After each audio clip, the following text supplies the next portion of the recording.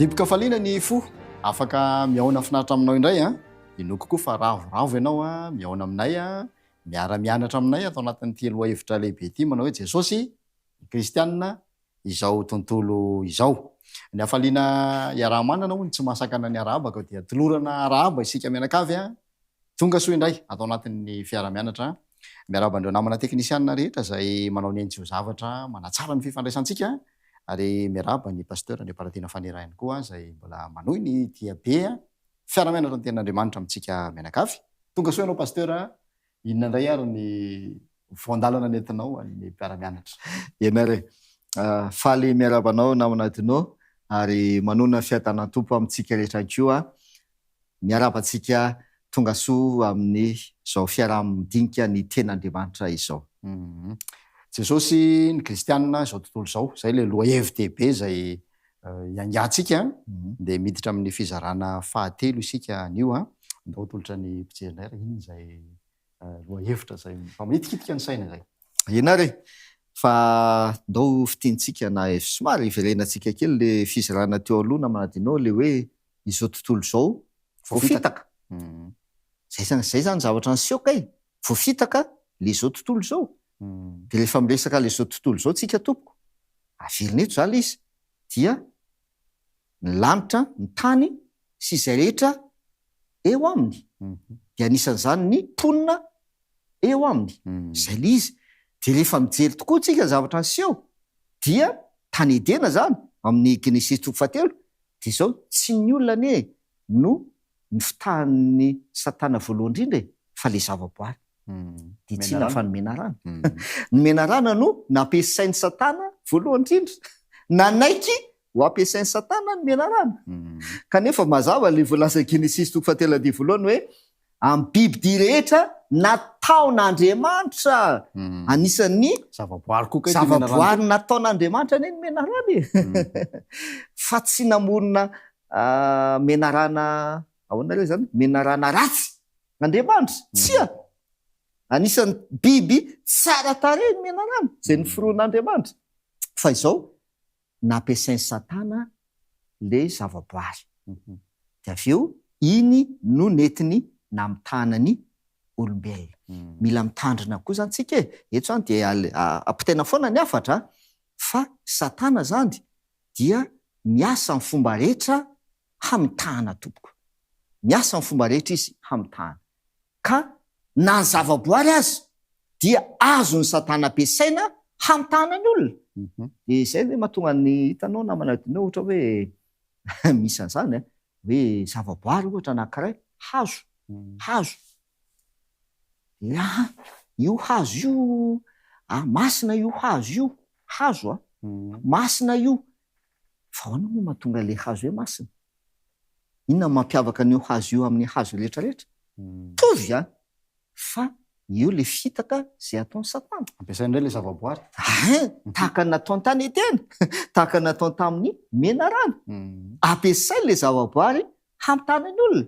Dia iny tokoa ny olona fa dia manaiky masina io azo io dia mila jaina. Dia manaonao zavatra eo mba ho fanajana an'le hazo na hoe manamasina izay le antsonana manamasina. Le zavaboary namasinina. Kanefa azadiny fa iza namorona ny zavaboary? Andriamanitra. Raha Andriamanitra tokony hamasinina sy hiankofan'ny olona, hivavahan'ny olona, raha Andriamanitra tokony hivavahana dia fitahan'ny Satana ny olona dia lasa zavaboary no ampiasain'ny Satana hamitahana ny olona. Dia lasa manamasina zavaboary ny olona. Misy zany amin'izao androinantsika izao ane ravane. Mbola misy ane zany, hitantsika ane zany. Manamasina zavaboary. Mbola fitaka ataon'ny Satana eto amin'izao tontolo izao zany rehetrarehetra zany. Toy an'ilay tany Edena io. Toy an'ilay tany Edena. Ary tsy miova ane le fitaka ataon'ny Satana. Tsy miova. Ohatra tany Edena ihany mbola ataony amintsika amin'izao andro ankehitriny izao. Ary io koa mbola nataony tamin'i Jesosy. Hoe miankofa eto amiko ianao. Raha Andriamanitra tokony hankofana dia ny tenan Jesosy izy mba hiakoka aminy fa izaka izy anjelana izy ary ny anjely zavaboary koa ny anjely zavaboary noforoan'Andriamanitra koa ny anjely Miforonona ny anjely fa tsy mpamorona dia miteny am' Jesosy le mpamorona Satana. Enjana be niteny Satana iny namina dinoa ary misy heviny be iny a. Miteny am'le mpamorona Satana mba hiakoka am'lay noforonona. Zay ne io zavatra ianantsika ankehitriny io e. Miakoka amin'ny zavatra noforonona fa tsy am'le mpamorona. Zavatra miseho zany. Ka zao miditsika am'le fizarana fahatelo de le hoe raha voafitaka izao tontolo zao ary voafitaka, inona no nataon'i Jesosy? Inona ny zavatra nataon'i Jesosy? Lay namorona an'izao rehetra zao sy tompon'izao rehetra zao. Inona ny zavatra nataony? Dia omentsika lohateny ity fizarana fahatelo ity manao hoe Jesosy sy zao tontolo zao. Le zao tontolo zao lasa babon'ny Satana. Inona ny zavatra niseho nataon'i Jesosy am'le zao tontolo zao. Zay zany le fizarana fahatelo zay jerevantsika. Jaona toko fahatelo ary nanomboantsika anazy. Jaona toko fahatelo ny andininy fahafito ambin'ny folo. Jaona toko fahatelo ka ny andininy fahafito ambin'ny folo. Zao no vakany teny. Fa Andriamanitra tsy naniraka ny zanaka ho am'izao tontolo zao, hanameloka zao tontolo zao, fa mba hamonjeny izao tontolo zao. Zay. Mahafinaritra. Io toko izay andinina iray fotsiny ara de efa mazava be. Sady zay? Hoe Jesosy sy zao tontolo zao. De le zao tontolo zao resantsika zany tompoko, efa le zao tontolo zao voafitaka. Eo ambanin'ny fahefan'ny Satana, babon'ny Satana. Ary efa lazain'ny Satana fa azy fananany efa natolotra azy. Sady zay? De ozy izy le Jaona toko fahatelo de fito ambin'ny folo. Andriamanitra tsy naniraka ny zanany Jesosy io. Tsy naniraka ny Jesosy izy hanameloka am'izao tontolo zao, fa mba anino izy izy? Hamonjeny izao tontolo zao. De izay le nijerevantsika tamin'ny fizarana farany namana dinao, misy fomba nitenenako azy de le hoe plan de sauvetage. Zay. Drafim-pamonjena, drafim-panavotana nataon'Andriamanitra mba hamonjena izao tontolo zao. Ndao ara jerevantsika ary idirantsika lalina kely. Tonga teto am'izao tontolo zao zany zao Jesosy hamonjy zay tsy hanameloka fa hamonjy an'izao tontolo zao. Mazava mihitsy niraka. Ndao ara jerevantsika inona zavatra niseho ary. Jaona toko fahadimy sivy ny andininy fahadimy. Jaona toko fahasivy ka ny andininy fahadimy zao ny vakany teny. Raha am'izao tontolo zao aho dia fahazavana zao tontolo zao. Zay. Tonga teto izy. Teto am'izao tontolo zao Jesosy. Mission hamonjy an'izao tontolo zao. De ozy izy. Raha am'izao tontolo zao aho ozy izy dia fahazavana zao tontolo zao. Ao pitsika kely. Jaona toko faharoa amby folo indray ny andininy fahaenina amby efapolo. Jaona toko faharoa ambin'ny folo ka ny andininy fahaenina amby efapolo. Zao no vakany teny za tonga am'izao tontolo zao fahazavana mba tsy hitoetra ao maizina izay rehetra mino ahy. Mahafinaritra. Reo zany atambatsika. De ozy izy. Raha am'izao tontolo zao aho ozy izy Jesosy de fahazavana. Sady zay? Le zao tontolo zao nefa babon'iza? Babon'ny Satana. Eo ambany fahefan'ny Satana. Satana mpanjaka ny fahamazinana. Izy izy volazan'ny Baiboly. Mpanjaka ny fahamazinana izy. Sady zay? Jesosy tonga teto am'le zao tontolo zao. Fahazavana ozy izy. Fa mahafinaritra be leo am'le Jaona toko faharoa amby folo. De ozy izy. Izao tonga am'izao tontolo zao ho fahazavana mba tsy hitoetra ao maizina. Eo am'izay le mission na le mba tsy hitoetra ao maizina iza ozy izy? Zay rehetra mino ahy. Zay. Mba tsy hitoetra ao maizina zay rehetra mino ahy. Hoy Jesosy.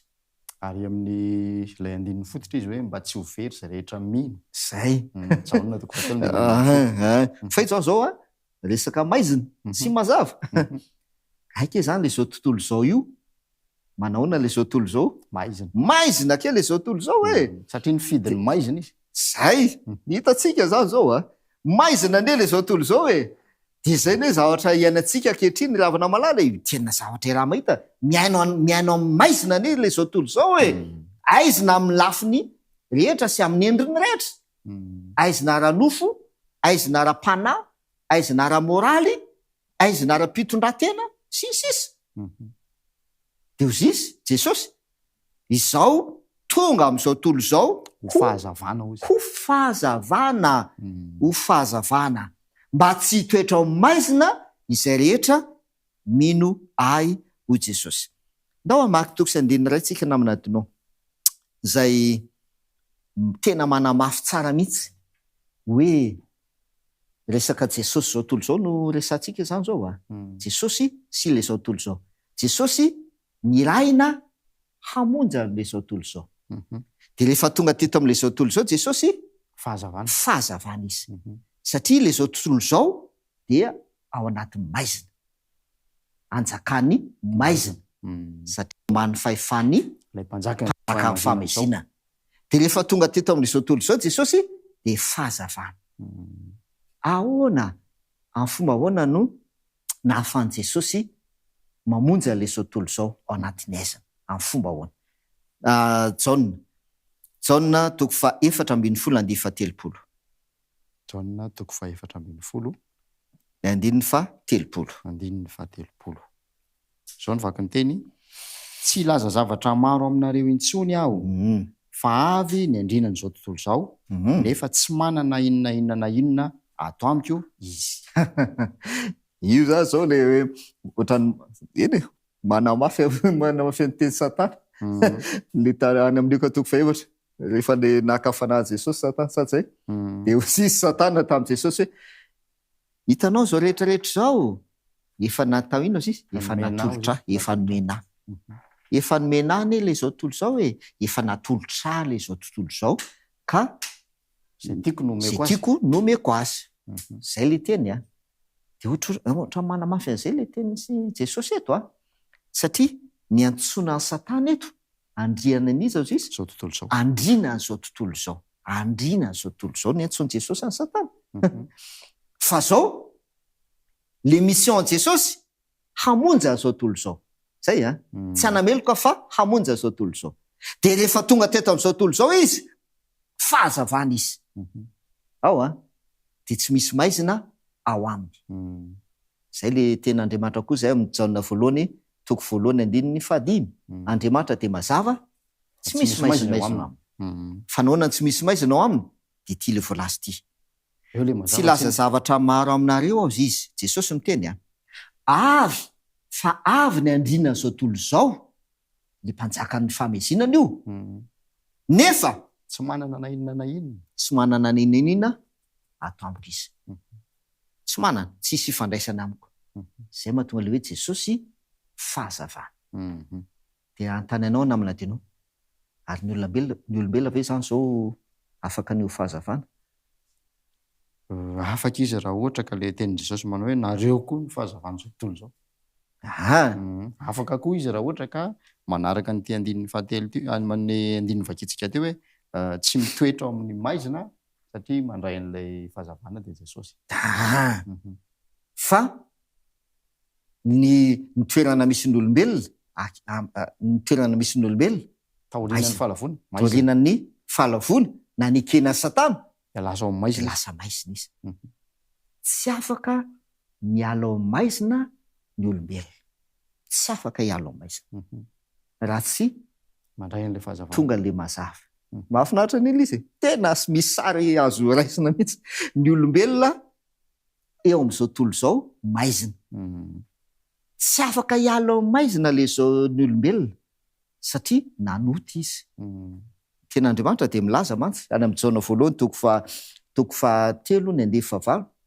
de milaza ny ten'Andriamanitra manao hoe izay manota de avy amin'ny devoly satria ny devoly no nanota hatramin'ny voalohany de mivakitsika teo am'le Romanina 5 naminandrinao ny 9:12 tamin'ny fizarana teo aloha zay aleon'ny olona maizina Romanina 5 de hoe tahaka ny diran'ny ota tamin'ny andalan'ny ota iray ka nahatratra ny olona rehetra ny fahafatesana satria samy efa nanota izy rehetra samy efa nanota. Ny safidy ny anota mihitsy. Zay. De le nitenenao teo, jaona toko fahatelo no milaza niny 5:10 le hoe tonga teto amin'izao tontolo izao no mazava fa naleon'ny olona ny maizina. maizina.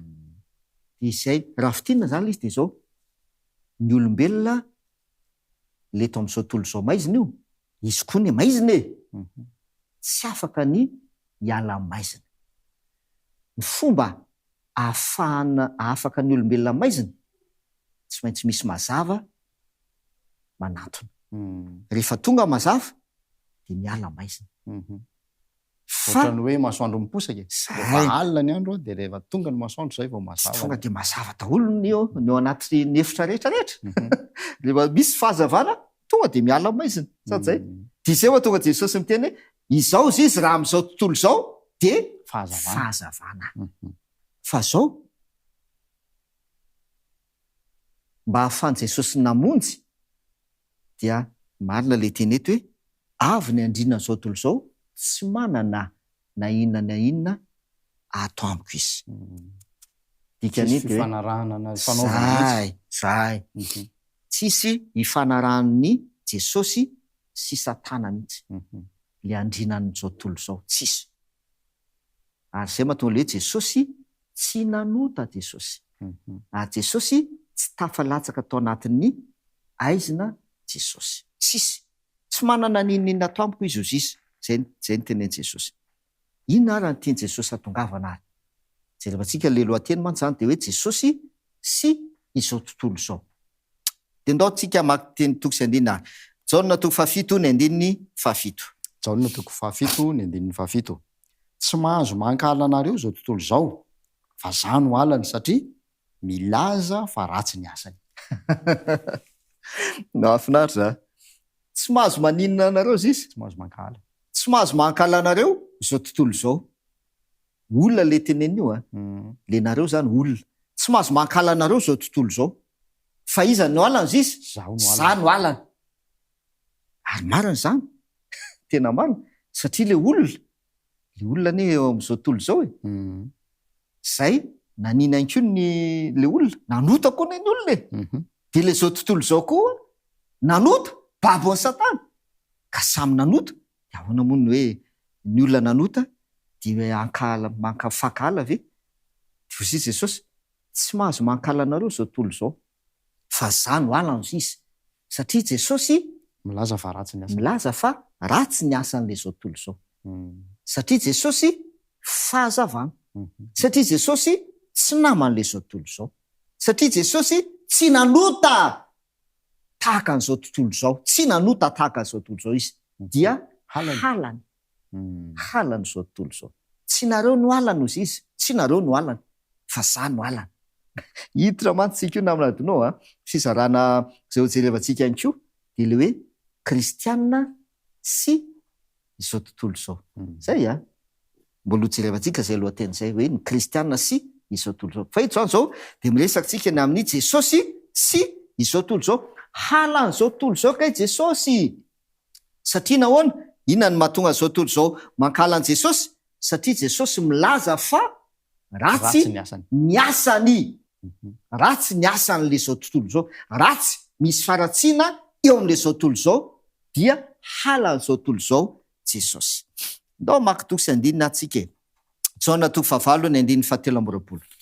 Jaona toko 9 ka ny andininy 17. Fa hoy izy taminy, ianareo avy aty ambany, za avy any ambony.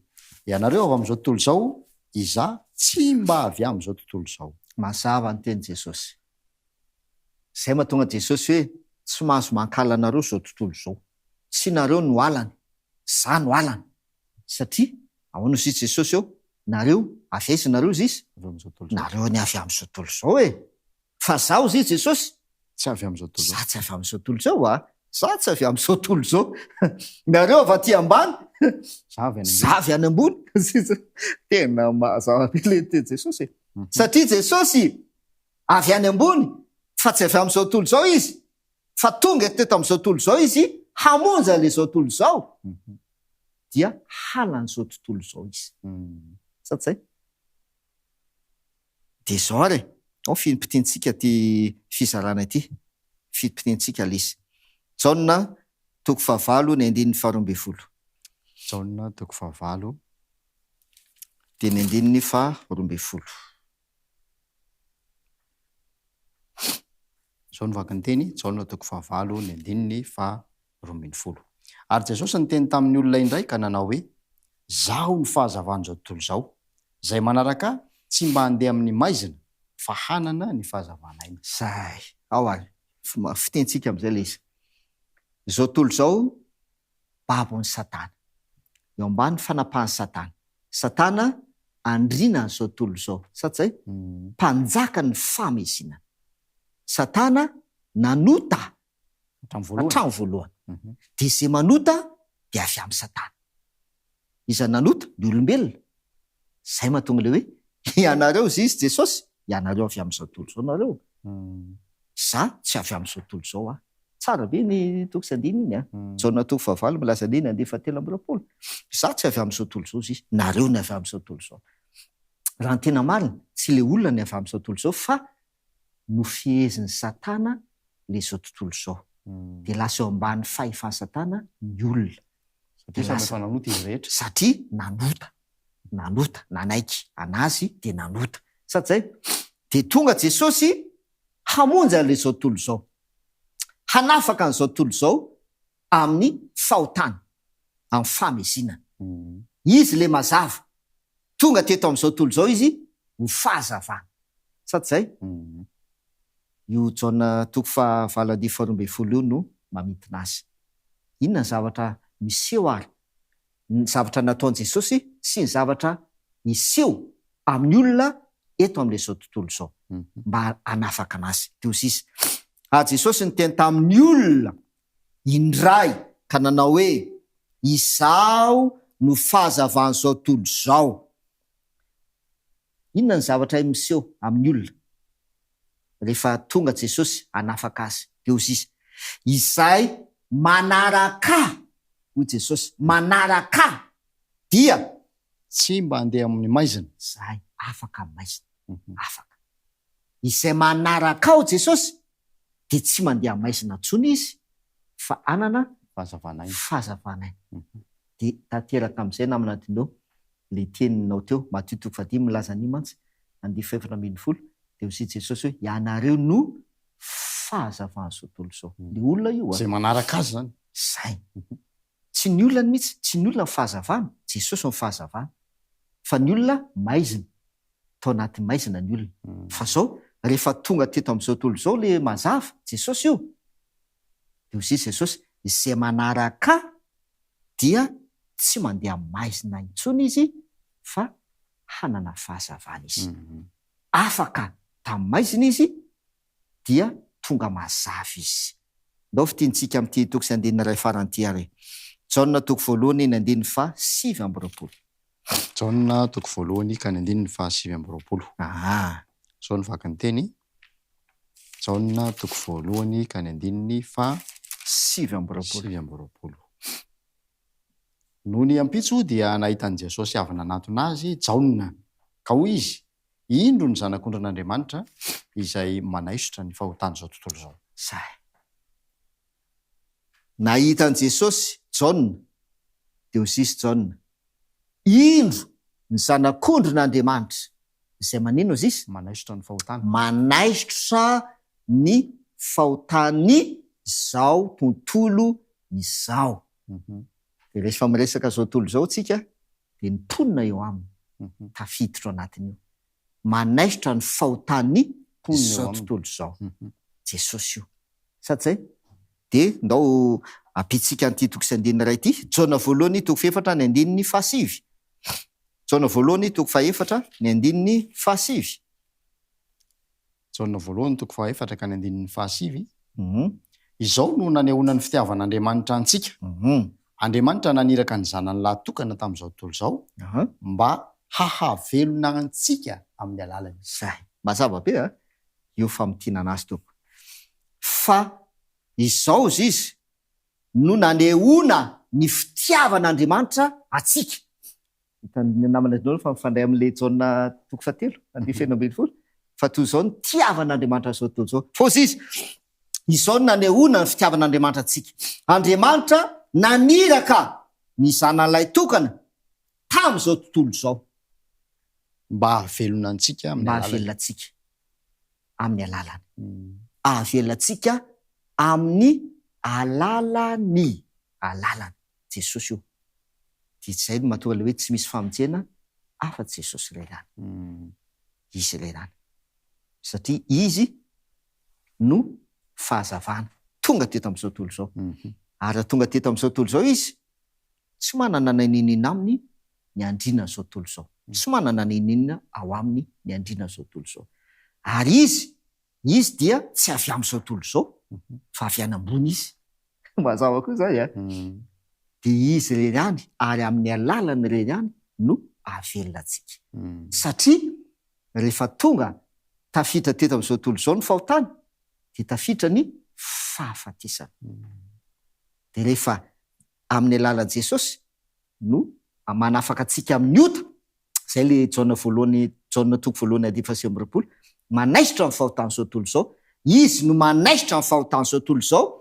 Dia rehefa manaisitra ny fahotany izao tontolo izao izy, dikan'izay afaka amin'ny fahafatesana koa tsika e.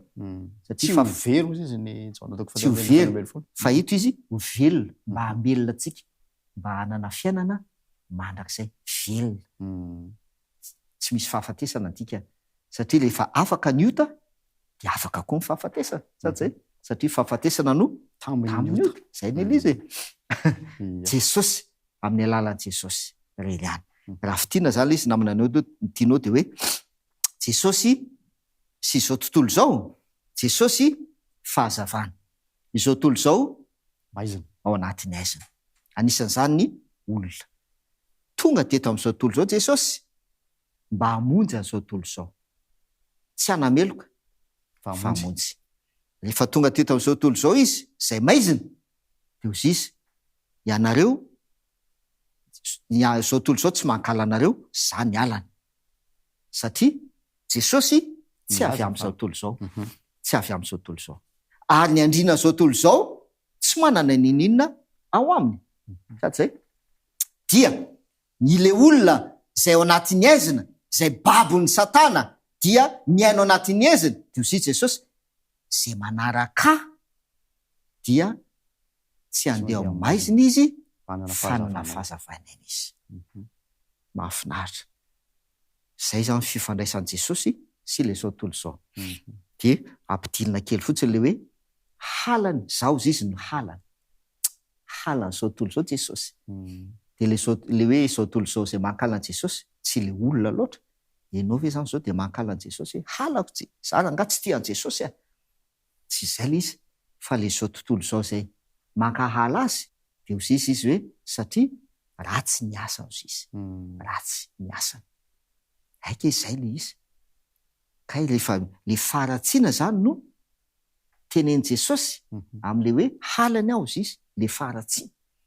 Ary ny fototrin'le faharatsiana nefa Satana ny fototra izy. Satria foana mbola hijanona eto melabelatra sy anohana izany dinidinika izany kanefa manapetra ihany ny fotoana. Ankasitrahana sady ny faharetanao nanaraka hatramin'ny farany. Ndao ary hoe tsika mavaka indray izany afatra sarobidy ny ampitaina tamintsika zany izay nataon'i Jesosy ho antsika, dia hisaotra azy isika. Hivavaka tsika ary. Raina izay ny an-danitro misaotra noho ny teninao. Mazava ny iraka, mission izay nataon'i Jesosy teto amin'ity izao tontolo izao ity. Dia ny hamonjy an'izao tontolo izao, ny hanafaka an'izao tontolo izao, ny hanaisitra ny fahotan'izao tontolo izao, ary ny hamonjena izao tontolo izao. Ka mba hanana fiainana sy ho velona amin'ny alalany izay rehetra manaiky an Jesosy, izay rehetra mino an Jesosy, ary izay rehetra manaraka an Jesosy, dia afaka maizina, tsy handeha maizina intsony, fa hanana fahazavana. Tompo, misaotra ny amin'ny famonjenao, ary tanterao aminay tsirairay avy, amin'ny olona tsirairay avy, izany famonjena izany. Amin'ny anaran'i Jesosy. Amen. dia isaorana ny faharetanao nanaraka ny fandarantsika manome fotoananao zay eo amin'ny manaraka indray ankasitrahana ireo namana teknisianina izay nanome tanana na mifandray-ntsika na totosan-tsakasy andavany ny fampitahakafatra teto dia isaorantsika ihany koa ny pasteur André Paradima Fanera manantena mbola hiara-mianatra aminao indray amin'ny fiaonana manaraka manampijery manam-piteny tompo klasy tompo vavy.